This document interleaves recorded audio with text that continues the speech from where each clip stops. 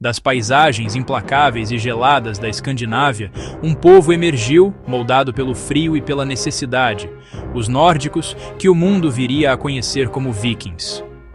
Eles se lançaram ao mar em navios icônicos, os Drakars, obras-primas de engenharia que pareciam criações divinas, capazes de cruzar oceanos e desbravar rios rasos. Sua chegada era um presságio de fúria. Por onde passavam, deixavam um rastro de medo e destruição. Mas a imagem do bárbaro esconde uma verdade mais complexa. Eram guerreiros, sim, mas também comerciantes astutos, cujas redes se estendiam de Constantinopla à Rússia, e exploradores audaciosos que chegaram à América do Norte séculos antes de Colombo. Durante quase 300 anos, a era viking dominou mares e corações, moldando o destino da Europa com uma influência que ecoa até hoje. Eles eram uma força da natureza, aparentemente imparável. Mas então, no auge de seu poder, algo mudou. O rugido que ecoava pelo continente começou a silenciar. Não foi uma única batalha perdida, mas um lento e enigmático declínio. Quase da noite para o dia, a presença viking começou a desaparecer. Colônias prósperas na Groenlândia foram encontradas vazias. Aldeias foram abandonadas. Os portos ficaram em silêncio. O povo que parecia invencível, que havia redefinido as fronteiras do mundo, simplesmente sumiu, deixando para trás um silêncio ensurdecedor. O que realmente aconteceu? Teria sido uma guerra de atrito, uma praga devastadora, ou uma mudança climática que tornou suas terras inóspitas? Ou será que a resposta é algo muito mais complexo, escondido nas entrelinhas da história? As pistas estão espalhadas em sagas antigas e descobertas arqueológicas. Prepare-se, porque hoje vamos desvendar o mistério do desaparecimento do povo mais temido da Idade Média. Para desvendar o mistério do desaparecimento dos vikings, é crucial que voltemos no tempo, para o auge de seu poder entre os séculos 8 e 11. Originários da Escandinávia, esses povos nórdicos foram impulsionados por uma tecnologia naval revolucionária. Os Drakars, navios velozes que lhes deram acesso ao mundo. Durante esse período, eles não apenas invadiram reinos, mas redesenharam o mapa da Europa. Conquistaram vastas porções da Inglaterra, estabelecendo o Danelaw e sitiaram Paris. Sua influência se estendeu até a Europa Oriental, onde fundaram postos comerciais que dariam origem à futura Rússia. Mas a imagem do viking como um mero saqueador é incompleta. Eles eram, acima de tudo, mestres da navegação, guiando-se pelas estrelas e pelo sol. Essa perícia abriu vastas rotas comerciais, conectando Constantinopla ao Ártico, onde trocavam peles e âmbar por prata e seda. Eram exploradores e comerciantes natos. Esse espírito explorador os transformou em colonizadores pioneiros. Eles fundaram uma nação próspera na Islândia e estabeleceram colônias nos fiordes da Groenlândia. Em um feito extraordinário, liderados por exploradores como Leif Erikson, chegaram à América do Norte, a Vinland, quase 500 anos antes de Colombo. E aqui reside o grande paradoxo. Como um povo com tal alcance e resiliência pôde simplesmente desaparecer? Por que suas colônias mais distantes falharam e a própria era viking chegou ao fim? A busca por respostas nos leva a um quebra-cabeça complexo. As pistas estão espalhadas entre as ruínas silenciosas de seus assentamentos, nos textos enigmáticos das sagas nórdicas e nos registros de seus inimigos. Cada fragmento nos aproxima de entender o declínio de uma civilização que parecia eterna.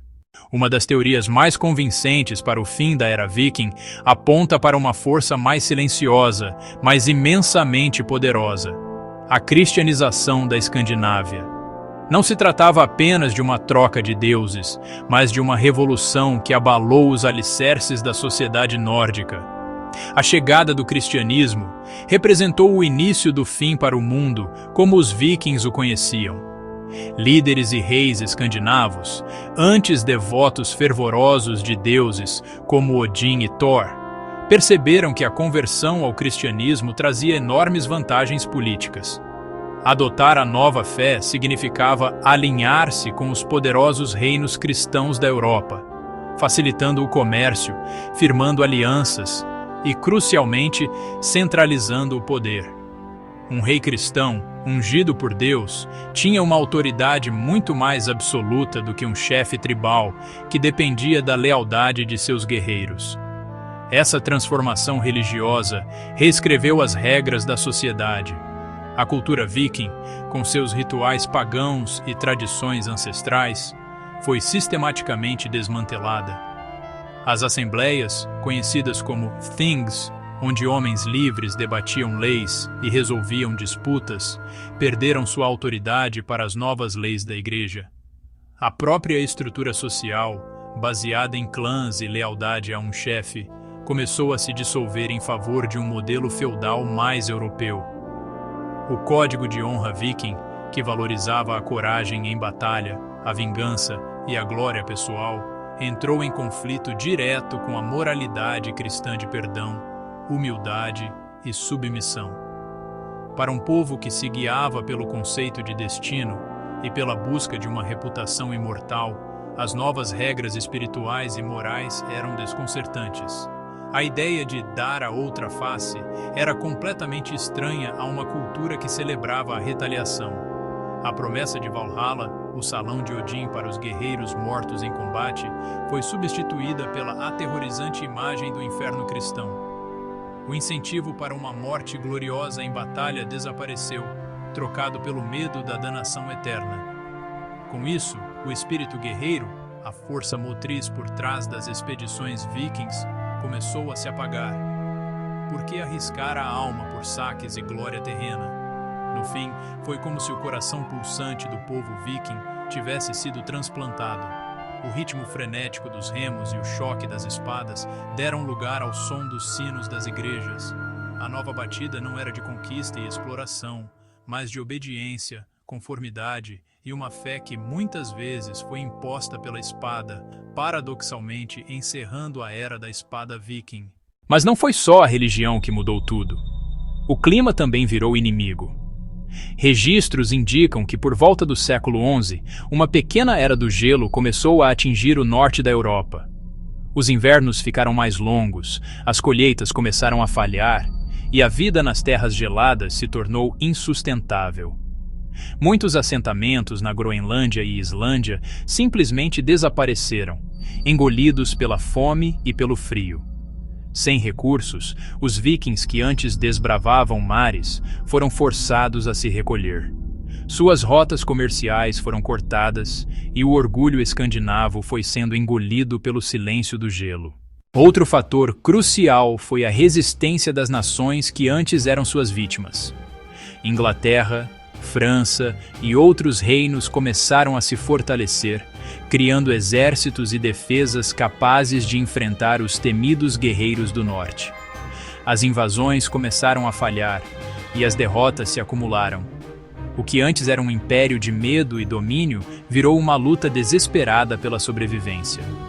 Os descendentes dos vikings acabaram se misturando a outros povos, perdendo sua identidade original. E assim, a chama dos deuses antigos foi se apagando, lentamente, até restar apenas um sussurro nas páginas da história. Hoje, o mistério do desaparecimento dos vikings ainda fascina arqueólogos e historiadores. Suas armas repousam sob o solo, seus navios se tornaram relíquias e suas sagas ecoam nas lendas que atravessaram os séculos. Talvez os vikings não tenham realmente desaparecido, talvez apenas tenham se transformado. O sangue deles ainda corre nas veias de milhões de descendentes escandinavos, mas o espírito que fez o mundo tremer, esse sim, se perdeu nas brumas do tempo.